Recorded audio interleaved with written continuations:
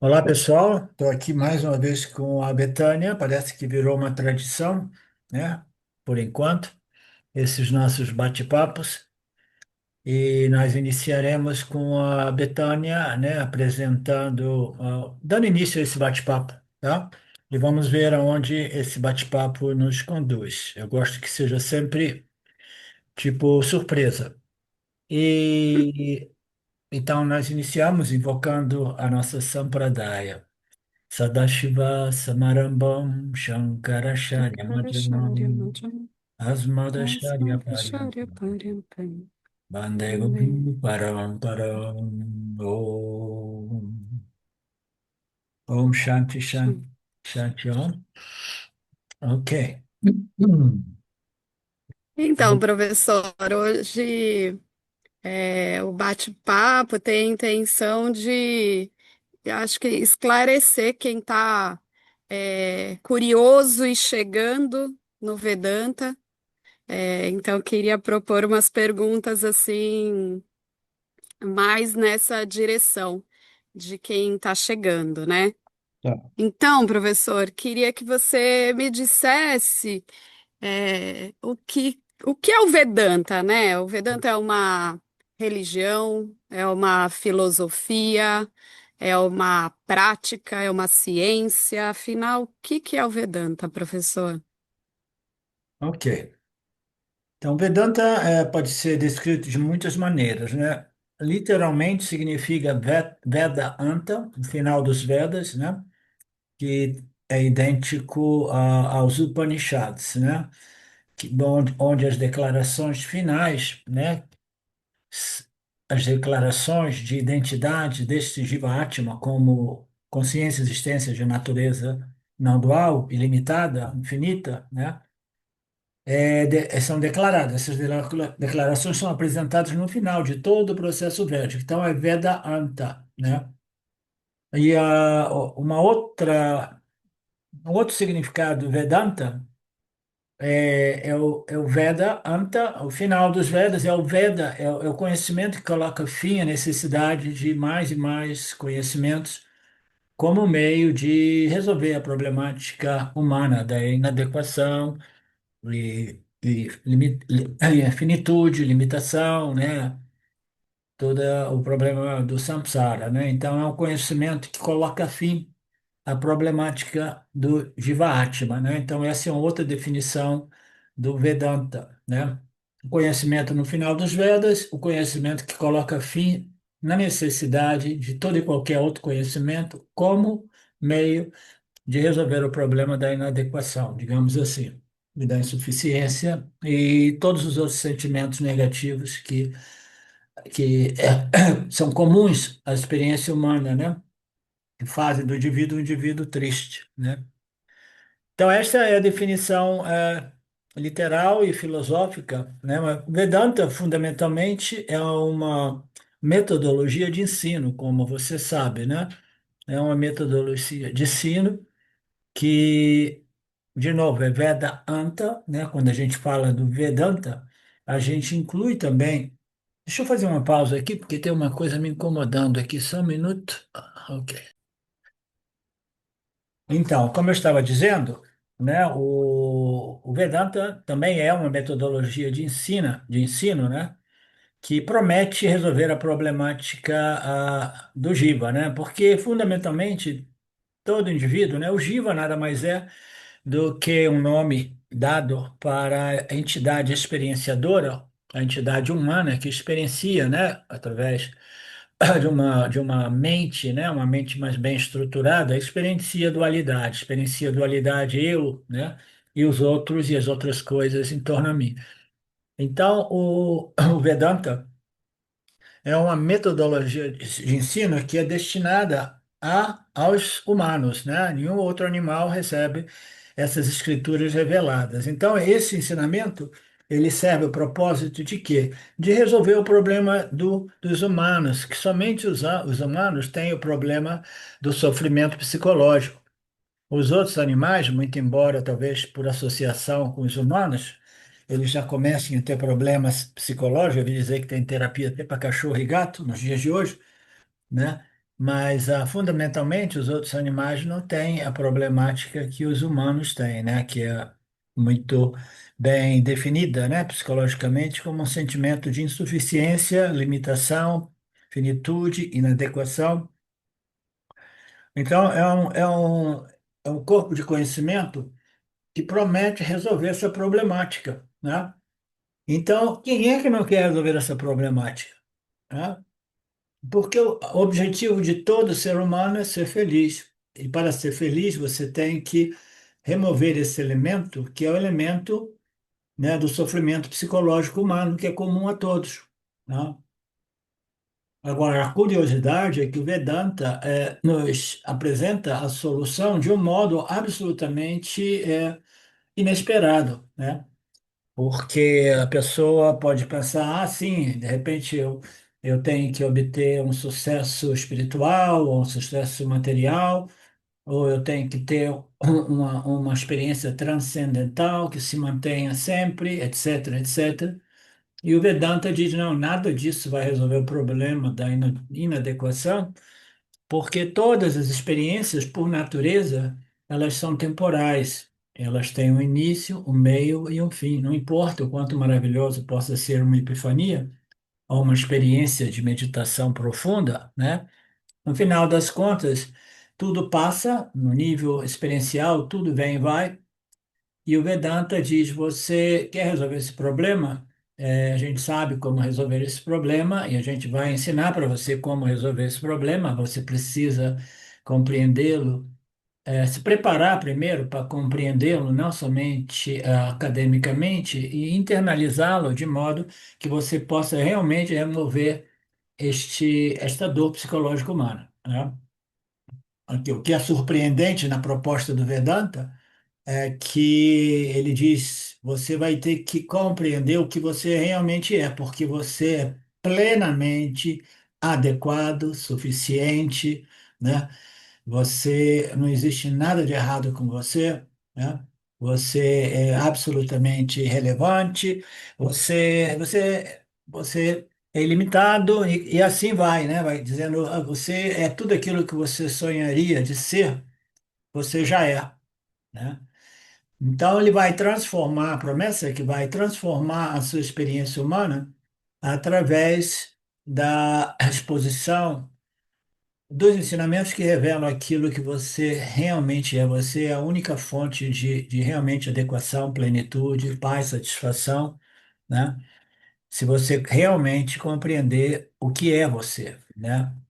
Então, a questão é você.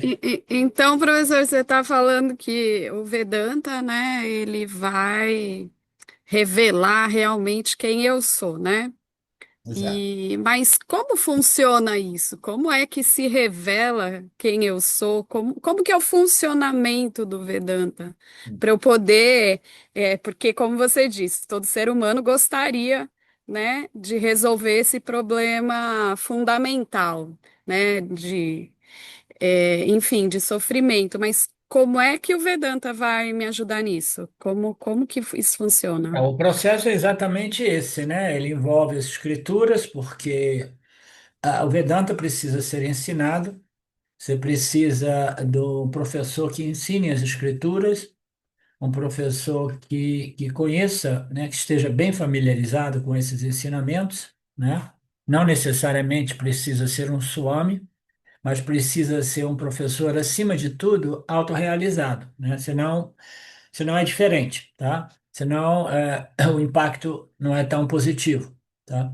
Então, um professor que se beneficiou de tudo isso, né, que resolveu o seu problema psicológico humano, e que colheu os frutos desse processo, aí ele conhecendo o mecanismo, o sistema, né, o sistema de ensino, né, essa tecnologia de revelar, né, que é apresentada nas escrituras, ele vai gradualmente e sistematicamente, né, ensinando, apresentando, né?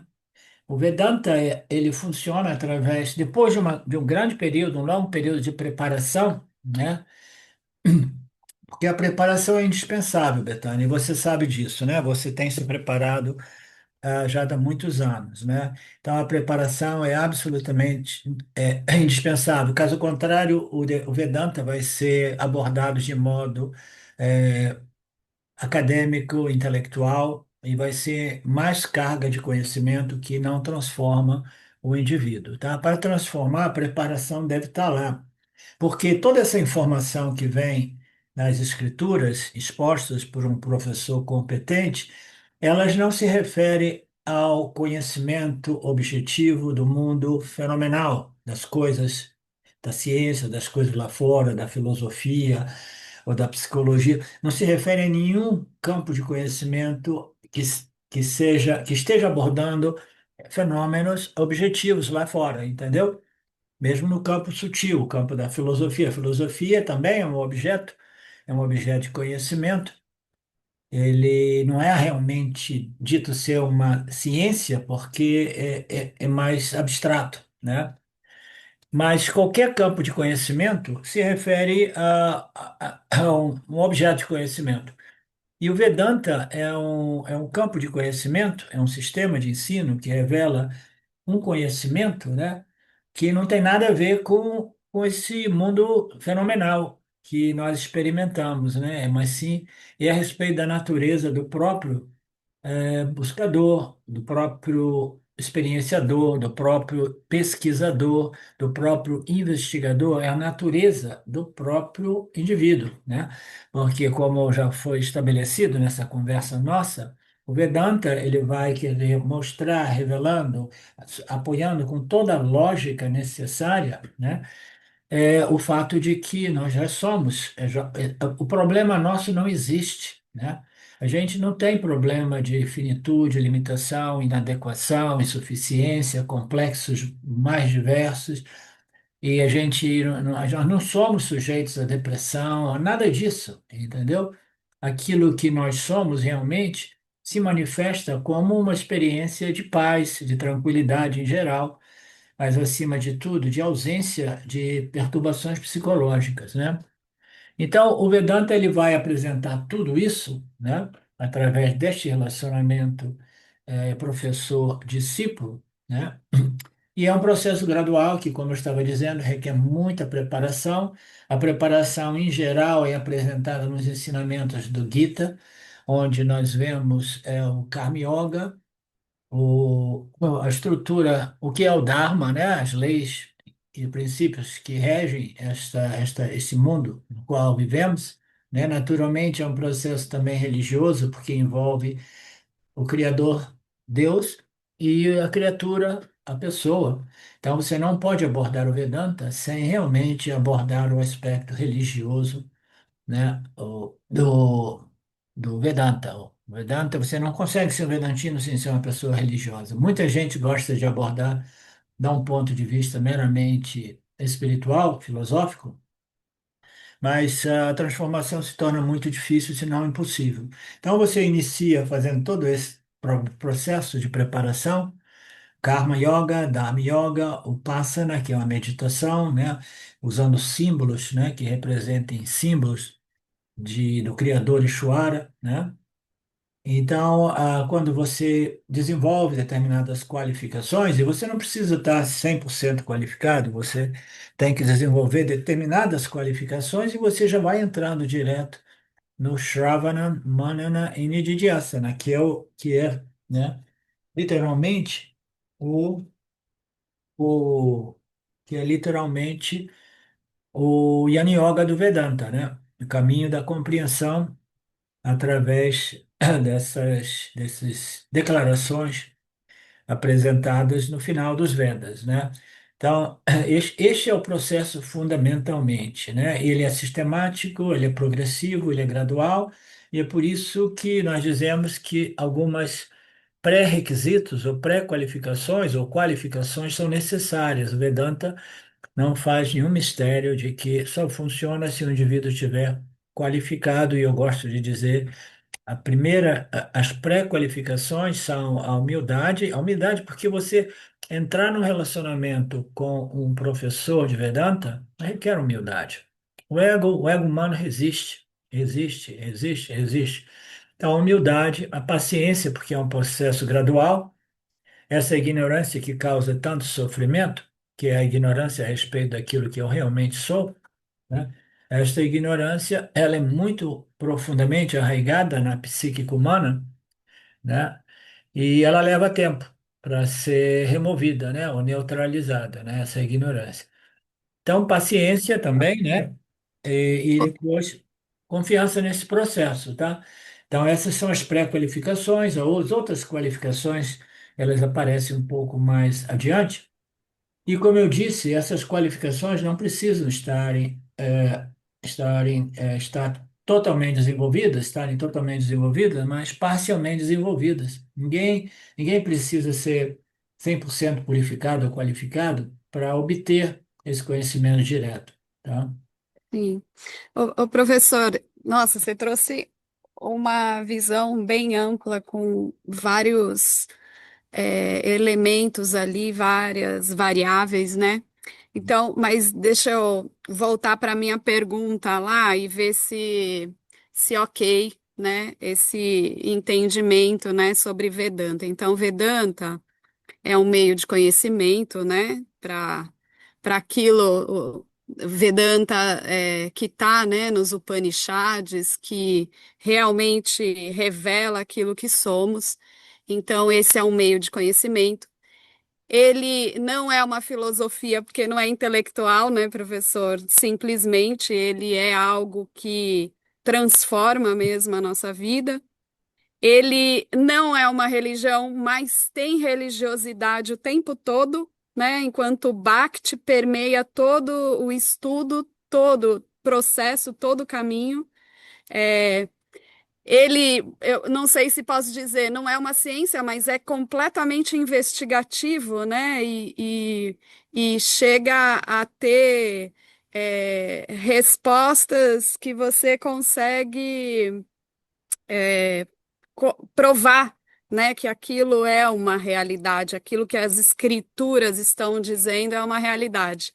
Aí eu também perguntei, e uma prática, né? Aí você traz, né? Sim, tem práticas, porque precisa de uma qualificação também, né? Uma preparação. Então, parece que Vedanta é um, como você disse, uma metodologia, né?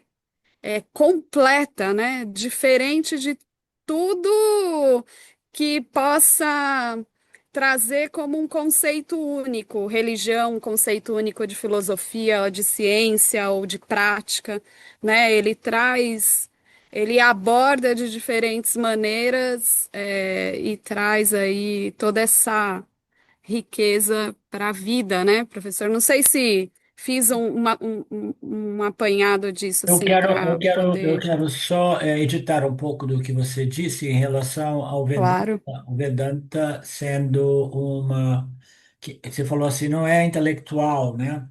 O Vedanta, ele é feito de conhecimento. O conhecimento, Sim, o conhecimento ocorre no intelecto. Só existe uma função nossa, uma faculdade nossa que permite conhecimento, que é o intelecto. É a joia suprema da construção corpo-mente humano, né? Então, ele ocorre no intelecto, tá? E é importante dizer que não é uma filosofia, você tocou na questão da filosofia, né? Que as filosofias, em geral, elas não têm o poder de transformar realmente o indivíduo. Elas têm em geral, o poder de afiar ou afinar o intelecto humano, porque ela vai entrar em considerações, né, e análises muito abstratas, muito profundas a respeito de qualquer coisa, entendeu? O significado da palavra diz. Existem tantos campos de filosofia, eu não conheço a filosofia, mas eu me interesso de vez em quando de ouvir os filósofos. Mas nenhum filósofo é realmente transformado por, através dessas filosofias. Eles obtêm conhecimentos muito sutis, né, que não transformam. Então, o Vedanta, ele não é uma filosofia, e embora ele seja um conhecimento, veja bem, são duas coisas diferentes, né? uma coisa é a tecnologia de ensinamento, né? A metodologia de ensinamento, né? Tudo isso é fundado em lógica pura, análise lógica pura de nossas experiências do dia a dia que nunca foram devidamente examinadas, tá? Então, tudo isso é fundado na lógica, é o caminho da compreensão, tá? E a compreensão ocorre no intelecto, né? Então, você vai usar a lógica analítica, você precisa de uma mente analítica, seguir a lógica como apresentada nas escrituras, com a ajuda de um professor, né? E gradualmente, sistematicamente, aquilo vai expandindo, vai abrindo a mente, vai exercitando, né, a mente. E aí o conhecimento ele se estabelece no primeiro estágio a nível intelectual, porque o conhecimento ocorre no intelecto sempre.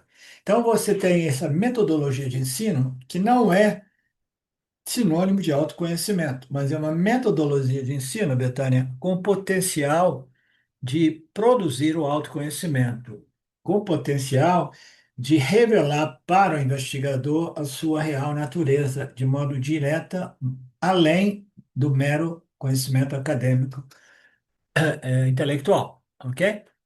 Então, por si, a metodologia, ela não é sinônimo de autoconhecimento, como eu tenho dito ultimamente, tá? Ela ocorre no intelecto, mas como é uma metodologia que está apontando para nada que seja no mundo dos fenômenos objetivos, mas está apontando para a natureza do investigador de todos os fenômenos objetivos, entendeu?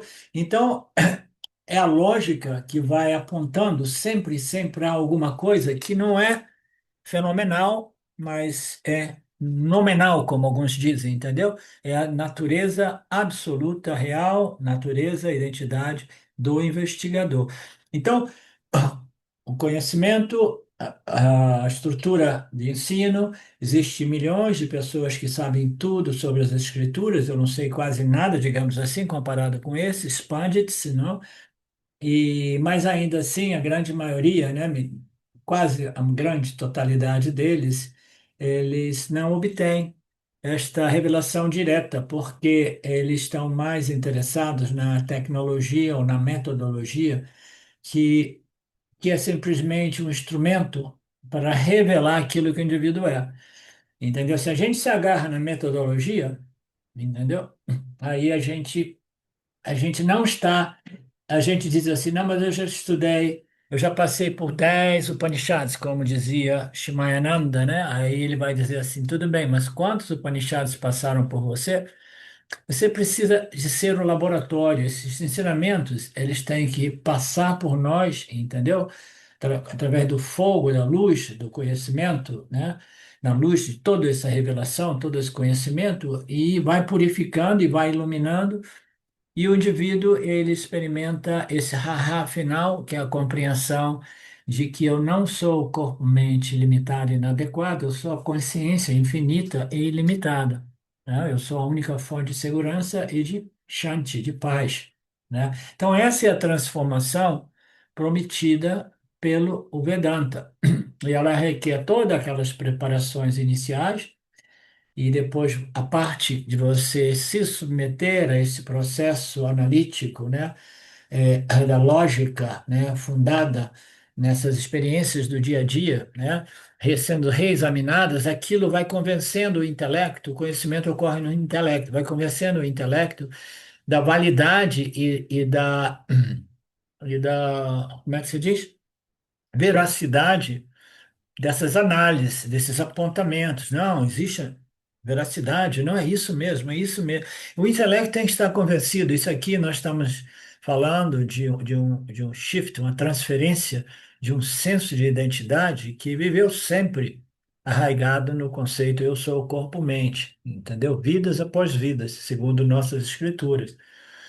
E agora nós chegamos no momento no qual todas as pessoas ao nosso redor acreditam que elas sejam o corpo-mente, mas agora, né, alguns de nós, como você, né, Ouvimos dizer que nós não somos esse corpo-mente inadequado e limitado, mas que nós somos, né, aquilo que nós somos, né? Satchitananda Brahmana, consciência, existência, a única realidade, totalmente adequado, ilimitado e infinito, né?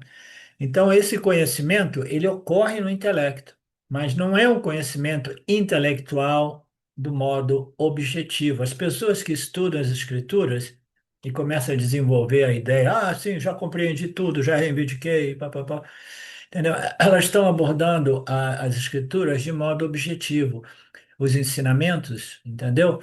As declarações, elas estão abordando ainda de modo objetivo e pensam que é só questão de repetir, pá, pá, pá, pá, pá, pá, pá, pá, pá, e de falar isso para os outros. Não, isso aí é a parte intelectual, mas o conhecimento intelectual é um conhecimento objetivo, em dualidade. Eu estou conhecendo o quê, Betânia? Eu estou conhecendo uma metodologia que me diz isso e aquilo.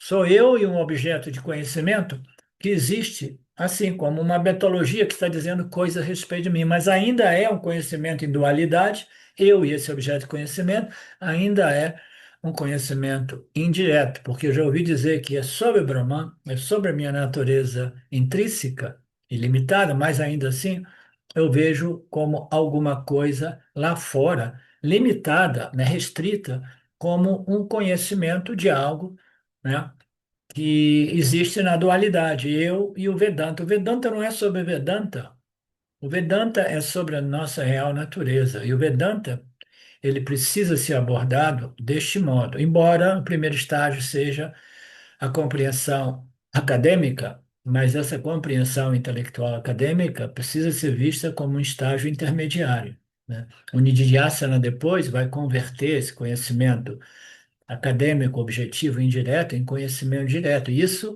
não é algo que pode ser forçado, Betânia, entendeu? É aquela história que nós já falamos. Não, eu vou simplesmente reivindicar e, né, abraçar tudo isso, reivindicar, reivindicar. Não, a gente não tem, nós somos impotentes a respeito da tempística, ou do tempismo, o tempo, entendeu? Nós fazemos o nosso melhor, com a melhor atitude possível, fazendo esse trabalho, né, deixando que o Vedanta realmente comece a ser assimilado, internalizado, vai passando por nós, sempre lembrando, né, que tudo o que existe nada mais é do que uma sobreposição aparente dentro de mim, aquilo que eu sou como consciência, né? Então é um processo lindo, maravilhoso, apaixonante. Eu sei que você é apaixonado por tudo isso e que se torna quase impossível, né, se o indivíduo aborda este processo sem a ajuda de um professor e se aborda esse processo de um modo mais intelectual, acadêmico, embora o conhecimento requeira, é no intelecto que esse conhecimento ocorre, mais uma vez, mas não é um conhecimento a respeito do Vedanta, é um conhecimento a respeito de mim. E por que que é transformador esse conhecimento? Se você obtiver um conhecimento científico qualquer que seja, diz, agora, pá, abriu minha mente, eu compreendi a teoria da relatividade Einstein. Ok, ah. E aí? Será que você foi transformado? Não, porque você compreendeu alguma coisa do mundo objetivo, entendeu? Você teve um conhecimento científico, né, profundo, difícil, de algo lá fora. Isso não transforma a pessoa. Por que que o conhecimento direto transforma o indivíduo? Porque é um conhecimento a respeito de mim que irá simplesmente substituir aquele sentimento de que eu sou corpo-mente inadequado e limitado e me estabelecer no conhecimento, eu sou a única fonte de paz, segurança, ilimitação, satisfação e adequação. Então é transformador se ele realmente passa por você. Inicialmente você vai sendo convencida intelectualmente, mas o objetivo é você ir assimilando, internalizando, até que isso seja uma realidade. Aí o conhecimento intelectual e o conhecimento internalizados estão harmonizados. Aí é transformador porque agora eu tenho a experiência de mim, que é o quê? Putz, eu não sou o corpo imortal, eu sou a consciência eterna, infinita e ilimitada. Então, a experiência do Jivatma se transforma naturalmente por um objetivo que é a respeito da sua real natureza, não é nada a respeito lá fora, isso nada, não é nada sobre Vedanta, mas é sobre nós mesmos. É um processo muito profundo, entende? E Sim. Professor, você está falando tudo isso, né? Claro que na minha mente, assim, tá vindo as aulas, e isso, e naquele texto teve isso, e naquilo, e isso daqui, enfim, eu vou construindo na minha mente esse caminho junto com você do que você está falando. Mas eu queria fazer uma pergunta assim, e se eu fosse uma pessoa que nunca ouvi falar de Vedanta e estou ouvindo hoje a primeira vez aqui, alguma coisa faz muito sentido, mas tantas palavras e tantas coisas que eu nem entendo por onde eu começo, né? então, Então,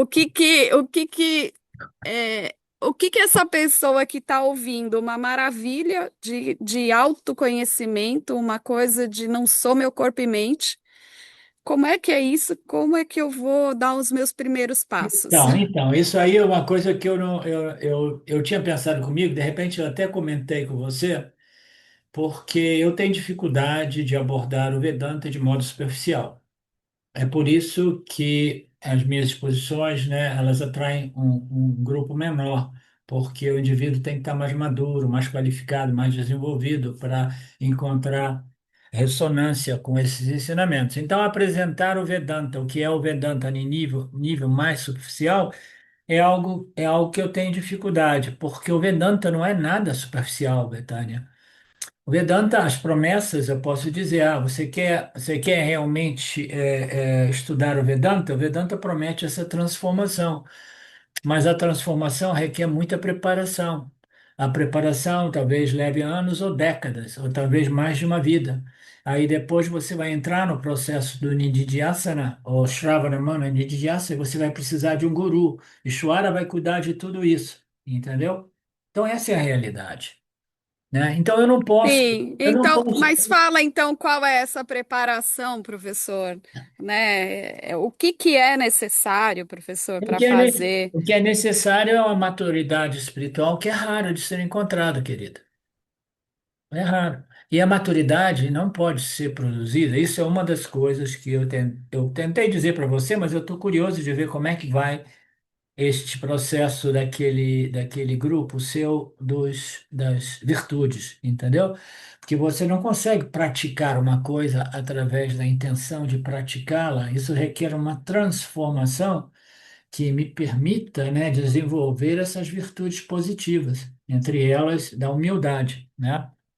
Então, do mesmo modo, né, essas qualificações do Vedanta, o indivíduo, quando ele chega no Vedanta, ele já tem um certo grau de qualificações desenvolvidas, né? Mas você viu, nesses últimos diversos anos que você esteve conosco, né? Quantas milhares de pessoas chegaram e foram embora, chegaram e foram embora, chegaram e foram embora, né? Quantas pessoas permanecem, né? O James Swart, meu primeiro guru de Vedanta, ele costumava dizer que no Shine World passavam centenas e milhares de pessoas, entendeu? E aí dizia, mas aqueles que realmente se dedicam a fazer esse trabalho, como você, Betânia, dava para contar nas duas palmas da mão. Recentemente, eu ouvi direto do Swami, ou não, acho que foi um amigo meu, o Stan, me disse que ele ouviu o Swami dizer que entre todas as pessoas que ele ensina, né, são grupos de umas 100 pessoas, 5 vezes por semana, mais ou menos. Ele falou, aqueles que realmente estão fazendo trabalho são mais ou menos 20, aqueles que são dedicados a fazer esse trabalho, entendeu? Então, isso tudo vai sendo jogado assim, entendeu? Sem nenhuma expectativa, são sementes, semeando sementes da realidade, sementes a propósito. Eu gosto de me referir ao Vedanta como a ciência da realidade, a ciência da consciência, entendeu? Porque tem um elemento científico, que é todo ele fundado, embasado. numa lógica muito elegante e muito convincente, embora seja uma ciência muito sutil, não é uma ciência exata, né?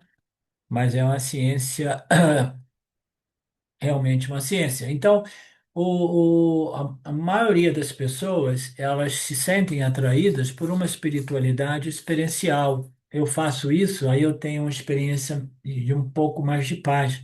Exatamente como ocorria comigo, 40 anos atrás, entendeu? Eu queria fazer meditações, porque quando eu fazia meditação, eu me sentia melhor, a inadequação diminuía, eu me sentia mais pacificado, mais tranquilo, tá? Sentia melhor comigo mesmo. Então, todo mundo quer um melhoramento do corpo, mente, sentido.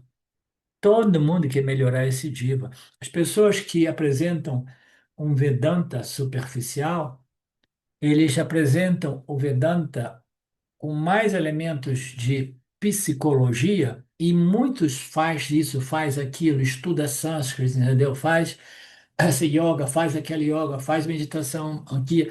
Então, nos ashrams, em geral, o Vedanta é apresentado a esse nível, inclusive nos ashrams do Swami Dayananda. Eu conheci através do James, pessoas que fizeram o curso lá de 3 anos, e quando estava ali fazendo um seminário de 3 semanas com James, né, na Índia, eles disseram, não, eu passei 3 anos lá e a gente nunca entrou na profundidade dessas exposições aqui com você, tá?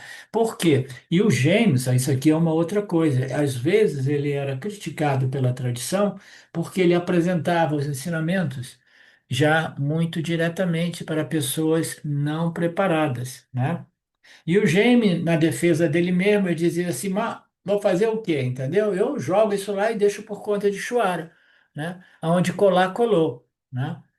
Porque ele não tinha um ashram para propor um processo gradual, que nos dias de hoje é quase impossível, entendeu? Vem cá, passa um ano, passa 2 anos, você vai fazer isso e aquilo. Devagarzinho, as pessoas nem tinham paciência quase para ficar lá esse tempo todo, tá? Vivendo como um swami, né? Então, o Vedanta, o que a gente faz é semear, germinar não, plantar essas sementes, né, da realidade, né, nas mentes das pessoas por aí. Mas, como eu estava dizendo, quase todo mundo está interessado no melhoramento da pessoa. Então, se você quiser apresentar o Vedanta de modo mais superficial, você tem que colocar mais ênfase na psicologia e vai colocar mais ênfase nos melhoramentos de caráter, de personalidade da pessoa durante esse processo de faz isso para obter um melhoramento, faz aquilo para obter um melhoramento. O Vedanta é tão radical que ele diz assim, o melhoramento vai ocorrer como um bônus, mas o resultado que a gente quer é qualificação, refinamento e purificação da mente, e do intelecto e do coração, se quisermos dizer também, tá? Então, o Vedanta é uma ciência para raros indivíduos, entendeu? Para raros indivíduos. Se a gente quiser Perfeito, professor. apresentar o Vedanta a nível mais superficial, a gente tem o capítulo 2, capítulo 3 do Gita, antes dele começar a entrar mais fundo no Jnana Yoga do Vedanta, entendeu? Que depois também já... Por que que o Bhagavad Gita é sob a umbrella do Vedanta, né? Porque ali você tem tudo. Você tem um pouco... Você não tem tudo que tem nos Vedas, que os Vedas têm a parte ritualística, né? Tantas coisas que você pode fazer. E no Gita, não. O Gita não apresenta nada daquilo. É simplesmente o Karma Yoga, o Passana Yoga, um pouquinho de Passana Yoga no capítulo 6 e muito Jnana Yoga, né? Mas ainda assim, é mais fácil para os indivíduos serem introduzidos ao Vedanta através do Karma Yoga e observação do Dharma e o Passana, como apresentado naqueles primeiros capítulos do Gita, né? Aí o indivíduo já vai desenvolvendo uma certa preparação para começar a entender melhor o Yana Yoga, né? Agora, o Vedanta, ele tem uma característica única, Betânia. Isso é uma coisa importante para você, porque eu sei que você gosta de dizer coisas que que as pessoas gostam de ouvir também, entendeu? Para não criar conflito ou sensações de, né? E quando a gente começa a compartilhar esses ensinamentos do Vedanta, a gente tem que lembrar que assim mesmo como você tem apresentado, um pouco que eu vi, né, como o problema é a inadequação e a promessa é remover esse problema da inadequação. Então é um elemento mais psicológico, o Swami Dayananda faz muito isso, né? Mas não naquela enciclopédia que eu comprei, que é a transcrição, é a Bíblia do Gita, transcrita através de um campo que ele fez de muitos meses, entendeu? Que eu ainda não consegui trazer para cá porque tem um peso enorme. Mas, em geral, o Vedanta, quando ele chega para a pessoa, a primeira coisa que ele diz é assim: olha, você não pode fazer nada, nada, nada para se iluminar, entendeu? Porque você é a fonte de luz. Não tem nada que você possa fazer, vai resolver esse problema, a não ser a compreensão de que você é a única fonte de paz, segurança, adequação, ilimitação e infinitude, tá? Então você já é tudo isso, tá? Agora você aceitar tudo isso vai levar tempo e vai requerer uma preparação, tá? Mas o Vedanta coloca isso na frente.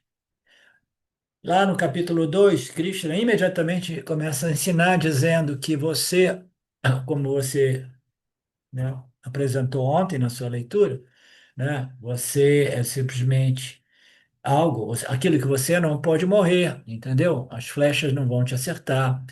Você vai viver eternamente. Você não vai matar os seus familiares, o seu avô, isso, aquilo, porque aquilo que todos somos é a consciência. Imagina, você pega uma pessoa e apresenta primeiro tudo isso. Aí você diz para a pessoa, tudo bem, essa é a realidade, né? Essa é a realidade. E aí você diz para a pessoa, mas o problema é que para você compreender tudo isso, você vai ter que fazer muitas coisas, tá? Muitas coisas com o objetivo de desenvolver a preparação, as qualificações necessárias para compreender que você é a luz, que você é pleno, você é inteiro, você é completo, você é adequado, porque você é a única realidade, porque só existe a realidade e você não pode se excluir dessa realidade. Tudo isso aqui é consciência, existência. O Vedanta coloca isso no início, entendeu? Com a confiança de que se a pessoa chegou aqui é porque ela tem algum mérito espiritual, tá? E aí você deixa aquela sementinha lá para ver. De repente você nunca vai ver aquela sementinha brotar, né? Mas ela pode brotar e só Ishvara sabe quando ela irá brotar.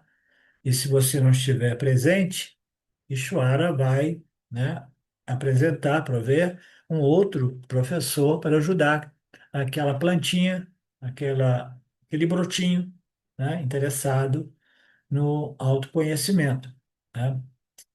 Ô, professor, E se não bastasse esse choque, né, que é apresentado ao iniciante, o Vedanta diz assim, olha, e não somente você é tudo isso, mas você não consegue realmente desfrutar disso porque você não acredita, você não compreende, mas você precisa de estar qualificado. E aqui está a lista de qualificações. Tem textos que apresentam a lista de qualificações enorme. Então, o Vedanta não põe panos quentes, não faz, entendeu? Apresenta as coisas como elas são, sabendo que raros indivíduos estarão realmente prontos e interessados para entrar nesse processo.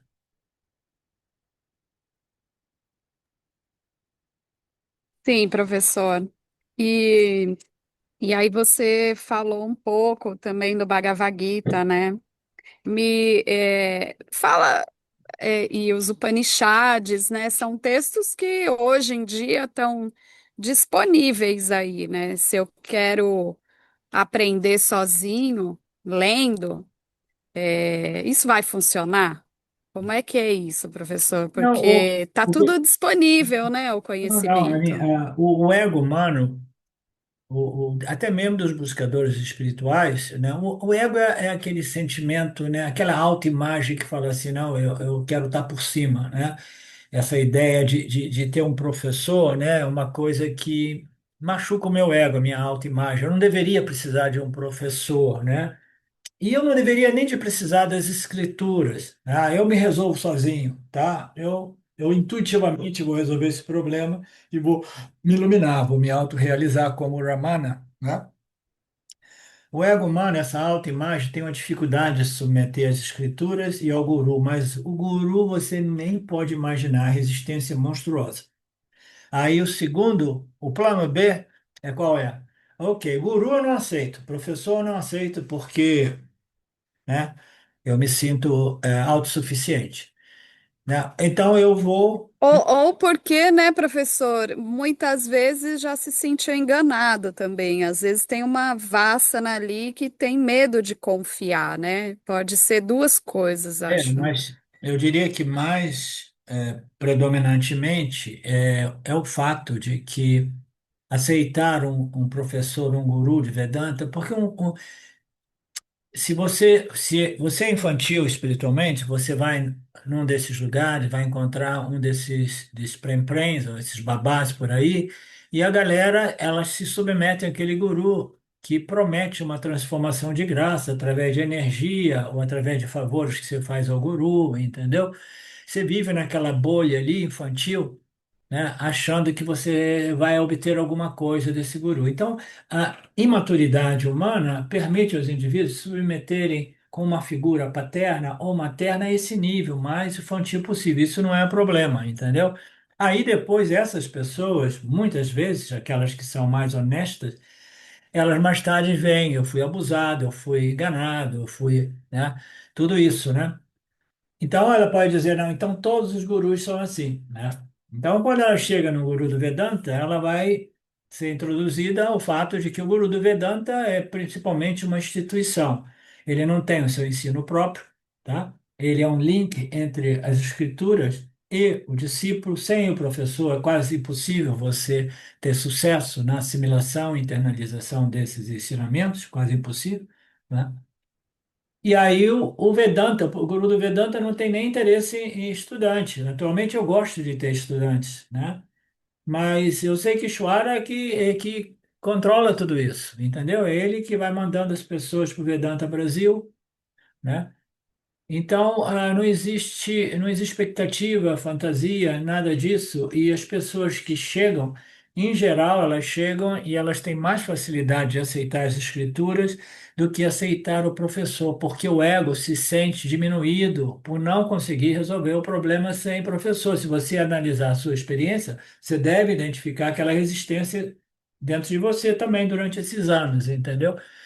Então, o que é o Vedanta diz que esse ensinamento, ele shravana, ele precisa ser ouvido. Ele é ouvido porque tem que ser exposto por uma pessoa verbalmente, tá? Nos dias de hoje, pode ser através de escrita também lá. Uma das coisas que eu menos gostava no Shine World é que toda a comunicação era e-mails, verbal, pá, respondendo questões, pá, ensinando com a escrita, né? Era muito predominante tudo aquilo. Mas em tradição era você tem que ouvir direto do guru que está expondo as escrituras, um guru realmente familiarizado com as escrituras, e isso é algo que a maioria das pessoas tem dificuldade. Então, como você disse, né, será que funciona estudar por mim mesmo, ser autodidático, né?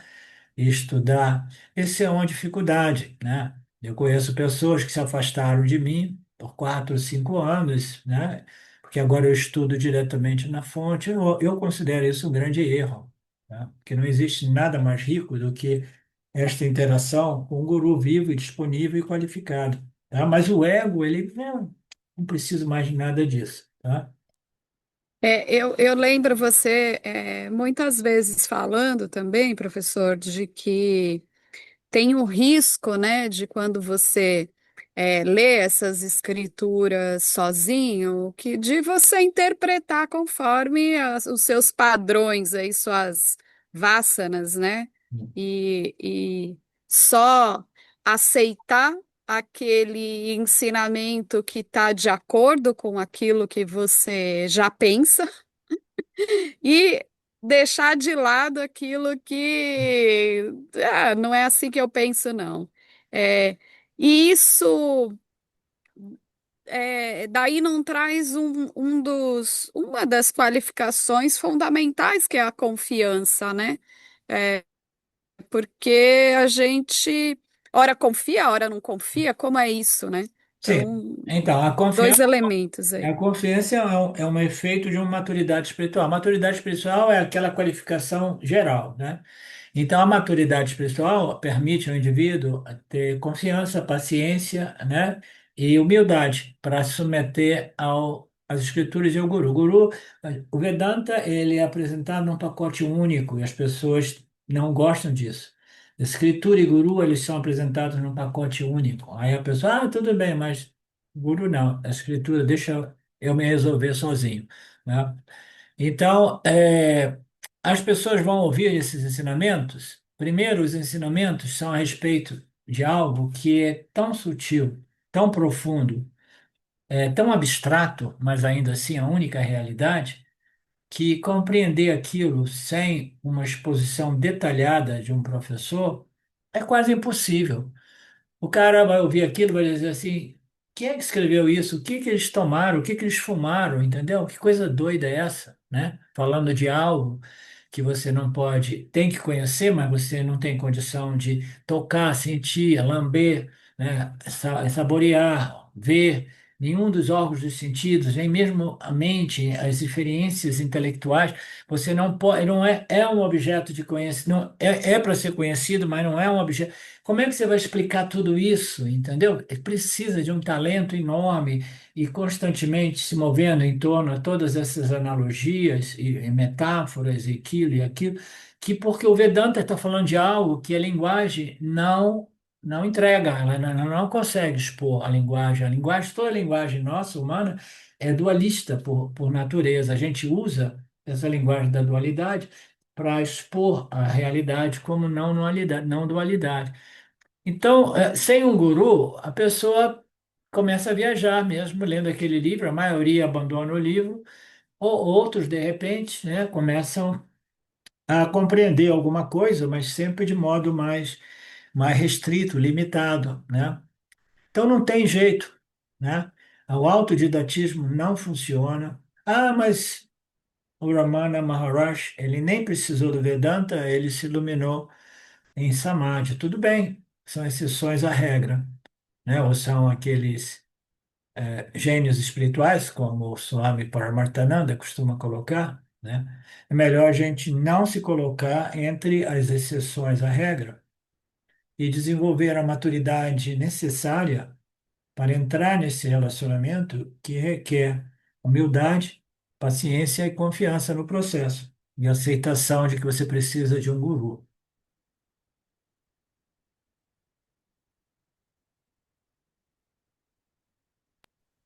Acho que a gente já está quase terminando aqui no tempo, né, professor? Mas eu vou trazer uma última pergunta, né? Assim, que pessoas que estão ouvindo hoje pela primeira vez podem até se perguntar. E quanto tempo, né? Em quanto tempo eu vou ter o autoconhecimento, professor? Assim, né? Quanto tempo eu tenho que estudar com Né? você? Tenho que estudar as escrituras? É, me diz um pouco em O quanto tempo tempo, leva para eu o alcançar. tempo é uma função que depende do nível de maturidade e preparação ou desenvolvimento do indivíduo. Se o indivíduo estiver já muito preparado, muito maduro, o tempo é mais curto. Se o indivíduo estiver menos preparado, menos maduro, o tempo é maior. Ah, não, mas eu não quero essa história de preparação, de qualificações a serem desenvolvidas, então tudo bem, então o Vedanta não é para você. Ah, não, eu quero Vedanta porque eu quero Vedanta a nível acadêmico e intelectual. Então, tudo bem. Então, você pode ser realmente um vedantino meramente acadêmico, como existem milhares deles por aí. O tempo só realmente Ishvara sabe, mas ele é uma função do nível de desenvolvimento de cada um de nós, né? Em geral, leva algum tempo. Mas, como eu costumo dizer, Betânia, não existe nada melhor a fazer neste mundo do que crescer e desenvolver essas qualificações porque a gente já começa a colher os frutos, entendeu? Um senso de mais pacificação, de mais sabedoria, de mais equilíbrio, né? De mais paz. Então a gente já vai colhendo esses frutos. Aí tem pessoas que começam a colher, você já deu, agora eu reivindiquei, agora eu já sou. Aham, Brahmasmi. Tem as pessoas que, impacientes, que fazem isso também e abandonam esta interação, relacionamento com o professor também.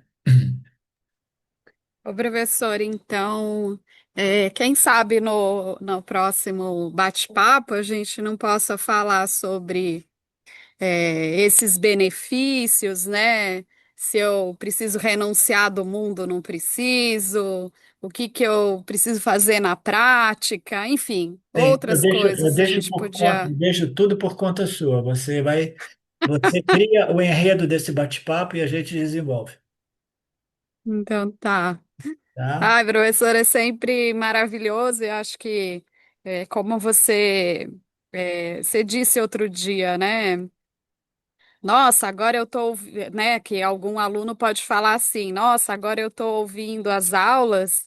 Ai, agora sim o professor está falando coisas que são muito importantes para mim, né? E outro dia eu me vi assim, uau, o quanto cada vez mais eu tenho mais prazer em ouvir essas coisas, o quanto esse professor que, graças a Ishvara, me colocou no caminho, né? Eu posso confiar mais, eu posso compreender mais, né? A gente vai Porque tá tendo valorizar. uma maturidade, A né? gente vai valorizando as exposições, a gente vai atribuindo valor ao professor na medida que a gente vai colhendo os frutos. Aí a gente vai valorizando, assim, uau, uau. E tem muito valor as escrituras e esse professor, esse expositor. A gente vai valorizando, valorizando, vai desenvolvendo o quê? Um sentimento de apreciação a respeito, entendeu? Por alguém Sim, e tem essa sabedoria que foi como é que inspirado a compartilhá-la, né, a ensiná-la, etc. Então, do discípulo, né, a atitude realmente adequada é de respeito e apreciação, entendeu? E gratidão pelo guru também, né? Guru e as escrituras sim. vêm. E um depoimento assim, né? Que eu sempre fui muito racional, né? Na lógica, tudo.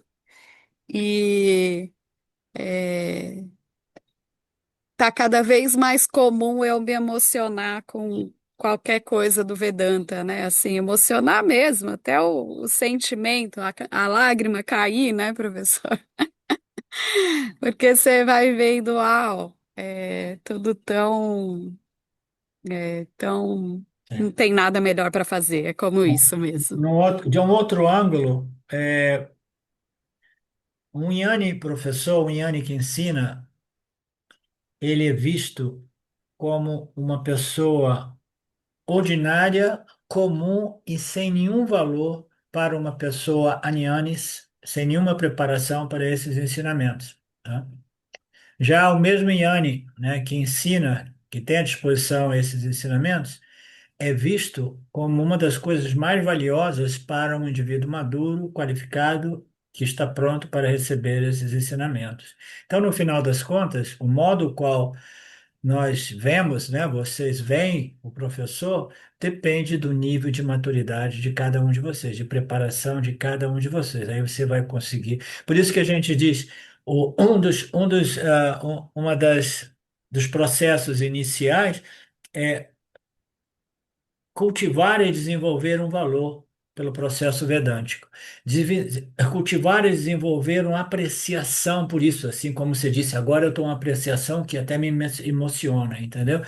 Cultivar e desenvolver uma apreciação por pelo autoconhecimento sob a luz dos ensinamentos exposto pelo guru. Então você vai desenvolvendo uma apreciação. O que que é apreciação? Eu tenho um apreço, né? Apreço que se diz? Um apreço Apreço. um apreço enorme por isso, porque eu considero isso a coisa mais valiosa do mundo. Então eu tenho um apreço monstruoso. Você tem que apreciar aquilo que realmente tem valor, que é esse autoconhecimento exposto pelas escrituras e pelo guru. Tudo depende. da maturidade, da qualificação do estudante, do discípulo, né? Bom, obrigada, professor, por esse bate-papo. Aprecio Nada. esse bate-papo. Então, eu sei que você aprecia. Agora você está começando como é que se diz? A Expressar. expressar um pouco mais a sua apreciação. Om Purnamada Purnamidam Purnamudachyate Purnasya Purnamadaya Purnameva Vashishate Om Shanti Shanti Shanti Om. Namastê. Ó, são Obrigada. quatro, eu tinha até esquecido. Agora eu vou ter uma conversa. Namastê. Deixa eu fechar aqui primeiro. Tchau, tchau, Eu professor. esqueci de te dizer. Ah, peraí. Recorre.